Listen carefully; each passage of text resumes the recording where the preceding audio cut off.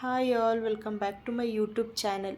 ಇವತ್ತಿನ ವಿಡಿಯೋದಲ್ಲಿ ಕುಂಬಳಕಾಯಿ ಪಲ್ಯ ಹೇಗೆ ಮಾಡೋದು ಅಂತ ನೋಡೋಣ. ಸ್ಟಾರ್ಟ್ ಮಾಡೋಣ. ಮೊದಲಿಗೆ ನಾನಿಲ್ಲಿ ಕುಂಬಳಕಾಯಿನ ಹೆಚ್ಚಿಟ್ಕೊತಾ ಇದ್ದೀನಿ. ನಾನಿಲ್ಲಿ ಸಿಪ್ಪೆನೂ ಯೂಸ್ ಮಾಡ್ತಾಯಿದ್ದೀನಿ. ನೀವು ಬೇಡ ಅಂದರೆ ಸಿಪ್ಪೆನೂ ಎರಿಬೋದು, ಬಟ್ ಈ ಥರ ತಿಂದರೆ ತುಂಬ ಚೆನ್ನಾಗಿರುತ್ತೆ.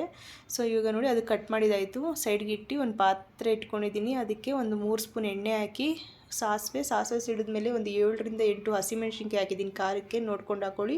ಹಾಗೆ ಕರ್ಬೇವಿನ ಸೊಪ್ಪು, ಹಾಗೆ ಒಂದು ದೊಡ್ಡದು ಈರುಳ್ಳಿನ ಚಿಕ್ಕದಾಗಿ ಕಟ್ ಮಾಡಿ ಹಾಕ್ಕೊಂಡಿದ್ದೀನಿ. ಸೊ ಈರುಳ್ಳಿ ಎಲ್ಲ ಚೆನ್ನಾಗಿ ಫ್ರೈ ಆದಮೇಲೆ ನಾವು ಏನು ಕುಂಬಳಕಾಯಿ ಕಟ್ ಮಾಡಿ ಇಟ್ಕೊಂಡಿದ್ವಿ, ಸೊ ಅದನ್ನು ಕೂಡ ಹಾಕ್ತಾಯಿದ್ದೀನಿ. ಸೊ ನೀವು ಕುಂಬಳಕಾಯಿನ ಚೆನ್ನಾಗಿ ವಾಶ್ ಮಾಡಿಬಿಟ್ಟು ಹಾಕಬೇಕು. ಸೊ ಮೇಲೆಲ್ಲ ಒಂಥರ ವೈಟ್ಗೆ ಇತ್ತಲ್ಲ, ಅದೆಲ್ಲ ಚೆನ್ನಾಗಿ ಹೋಗಬೇಕು. ವಾಶ್ ಮಾಡಿ ಹಾಕಿದ್ಮೇಲೆ ಈಗ ಅದಕ್ಕೆ ನಾನು ರುಚಿಗೆ ಉಪ್ಪು ಹಾಕಿ ಒಂದು ಸಲ ಹೀಗೆ ಮಿಕ್ಸ್ ಮಾಡ್ಕೊಳ್ತೀನಿ. ಸೊ ನೋಡಿ, ಹೀಗೆ ಮಿಕ್ಸ್ ಮಾಡ್ತಾಯಿದ್ದೀನಿ.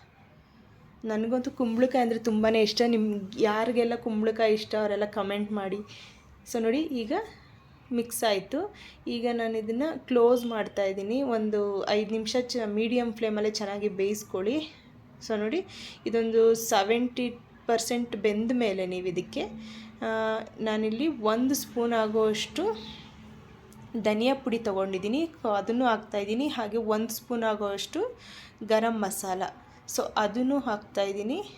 ನೋಡಿ, ಇದೆರಡು ಹಾಕಿ, ಹಾಗೆ ನಾನಿಲ್ಲಿ ಒಂದು 1/2 ಸ್ಪೂನ್ ಆಗೋ ಅಷ್ಟು ಸಕ್ಕರೆ ಯೂಸ್ ಮಾಡ್ತಾಯಿದ್ದೀನಿ. ಸೊ ನೀವು ಬೇಡ ಅಂದರೆ ಸ್ಕಿಪ್ ಮಾಡ್ಬೋದು, ಸ್ವಲ್ಪ ಚೆನ್ನಾಗಿರುತ್ತೆ ಟೇಸ್ಟ್ ಇದು ಹಾಕೋದ್ರಿಂದ. ಸೊ ಅದಕ್ಕೋಸ್ಕರ ನಾನು ಇಲ್ಲಿ ಆ್ಯಡ್ ಮಾಡ್ತಾಯಿದ್ದೀನಿ. ನೀವು ಬೇಡ ಅಂದರೆ ಸ್ಕಿಪ್ ಮಾಡ್ಬೋದು.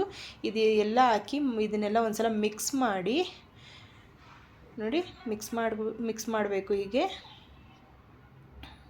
ಸೊ ಇದೆಲ್ಲ ಚೆನ್ನಾಗಿ ಆ ಮಸಾಲೆ ಪೌಡರ್ ಎಲ್ಲ ಹಾಕಿದ್ದೀವಲ್ಲ, ಅದೆಲ್ಲ ಪಲ್ಯಕ್ಕೆ ಕುಂಬಳಕಾಯಿಗೆ ಹಿಡಿಬೇಕು ಅದು. ಸೊ ಅದು ಅಲ್ಲಿವರೆಗೂ ನಾನು ಇದನ್ನು ಮತ್ತೆ ಲಿಡ್ ಕ್ಲೋಸ್ ಮಾಡಿ ಮತ್ತೆ ಒಂದು 2 ನಿಮಿಷ ಆಗೋಷ್ಟು ಬೇಯಿಸ್ಕೊಳ್ತೀನಿ. ಸೊ ನೋಡಿ, ಎಲ್ಲ ಮಿಕ್ಸ್ ಆಯಿತು. ಈಗ ಲಿಡ್ ಕ್ಲೋಸ್ ಮಾಡಿ ಬೇಯಿಸ್ಕೊಳಕ್ಕೆ ಬಿಟ್ಟಿದ್ದೀನಿ. ಒಂದು 2 ನಿಮಿಷ ಆದರೆ ಸಾಕು. ಸೊ ನೋಡಿ, ಈಗ ಫುಲ್ಲಾಗಿ ಚೆನ್ನಾಗಿ ಬೆಂದಿದೆ, ಈಗ ರೆಡಿ ಇದೆ. ಇದಕ್ಕೆ ಮೇಲೆ ನಾನು ಕಾಯಿ ತುರಿ ಹಾಕ್ತಾಯಿದ್ದೀನಿ. ಹಾಗೆ ಕೊತ್ತಂಬರಿ ಸೊಪ್ಪು ಕೂಡ ಚಿಕ್ಕದಾಗಿ ಹೆಚ್ಚಾಕಿದ್ದೀನಿ. ಸೊ ಎಲ್ಲ ಹಾಕಿ ಒಂದು ಸಲ ಮಿಕ್ಸ್ ಮಾಡಿದ್ರೆ ಕುಂಬಳಕಾಯಿ ಪಲ್ಯ ರೆಡಿ ಆಗುತ್ತೆ. ಇದು ತುಂಬಾ ಚೆನ್ನಾಗಿರುತ್ತೆ. ನೀವು ಇದನ್ನು ಬೇಕಿದ್ರೆ ಯಾವುದಾದ್ರು ಸಾಂಬಾರು ಮಾಡಿದಾಗ ನೆಂಚೋದಕ್ಕೆ ಪಲ್ಯ ಏನೂ ಇಲ್ಲ, ಅಥವಾ ಏನು ಬೋಂಡಾ ಬಜ್ಜಿ ಇವೆಲ್ಲ ಎಣ್ಣೆಲಿ ಮಾಡಿರೋದಲ್ವ. ಸೊ ಈ ಥರ ತರಕಾರಿಯಿಂದ ಏನಾದರೂ ಪಲ್ಯಗಳು ಮಾಡ್ಕೊಂಡು ತಿನ್ಬೋದು. ಸೊ ನೆಂಚ್ಕೊಳ್ಳೋದಕ್ಕೆ ತುಂಬಾ ಚೆನ್ನಾಗಿರುತ್ತೆ. ಹಾಗೆ ಒಳ್ಳೆ ಕಾಂಬಿನೇಷನ್ ಅಂದರೆ ಚಪಾತಿ, ಪೂರಿ, ಹಾಗೆ ದೋಸೆಗೂ ತುಂಬಾ ಚೆನ್ನಾಗಿರುತ್ತೆ. ಸೊ ಎಲ್ಲರೂ ಟ್ರೈ ಮಾಡಿ ಈ ರೆಸಿಪಿ. ಹೇಗಿತ್ತು ಅಂತ ಕಮೆಂಟ್ ಬಾಕ್ಸಲ್ಲಿ ಕಮೆಂಟ್ ಮಾಡಿ. ಸೊ ನೋಡಿ, ನಾನು ಇಲ್ಲೇ ಟೇಸ್ಟ್ ಮಾಡ್ತಾಯಿದ್ದೀನಿ. ನೋಡಿ, ತುಂಬಾ ಚೆನ್ನಾಗಿ ಬಂದಿತ್ತು ಮಾತ್ರ. ಅದು ಚಪಾತಿ ಸಾಫ್ಟಾಗಿ ಬೇರೆ ಇತ್ತು. ಸೊ 2 ಚಪಾತಿ ತಿನ್ನೋರು 3 ಚಪಾತಿ ತಿಂತಾರೆ. ಸೊ ಟ್ರೈ ಮಾಡಿ ಎಲ್ಲರೂ. Thank you.